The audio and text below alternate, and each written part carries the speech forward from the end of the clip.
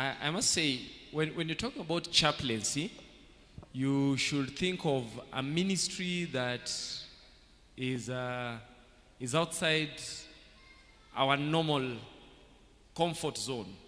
It's a ministry that goes beyond. We are reaching the unreached, but we are reaching them through compassionate ministry. So when we are talking of hospital chaplaincy, we are talking of compassionate ministry. We are talking of, can you be able to love somebody before you talk about the Sabbath? We are too quick to understand today is the Sabbath. But are we able to, you see, it's one thing for you to tell me that it's the Sabbath because that is the truth. But you can't tell me it is the Sabbath. I have just injured my leg. I am bleeding. And you're telling me, hey, first of all, let's deal with the Sabbath.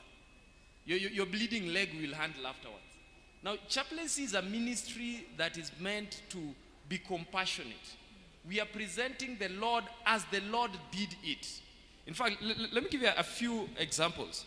When you turn to the book of Luke chapter 5, Luke chapter 5, 11, the widow of Nain has lost the son. Everyone is crying about. Then the Bible says that in verses 12, now when he was come near the gate of the city, a dead man carried out the only son of his mother, and she was a widow. Much of the people of the city were with her, and the Lord saw her and did what? Had what? Compassion. Are you seeing that? The Lord had compassion. Let me give you another classic example.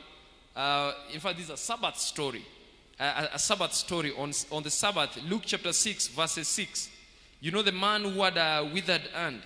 It is on Sabbath. This man, he meets Jesus. Then Jesus doesn't even talk to the man. Doesn't even tell the man that, you know, have you checked the sanctuary message? While I'm not saying there's anything wrong with that.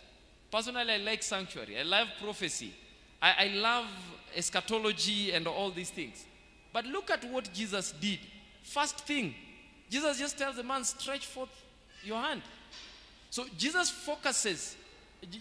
does this. He relieves the physical so that you can be interested in the man who relieves the physical.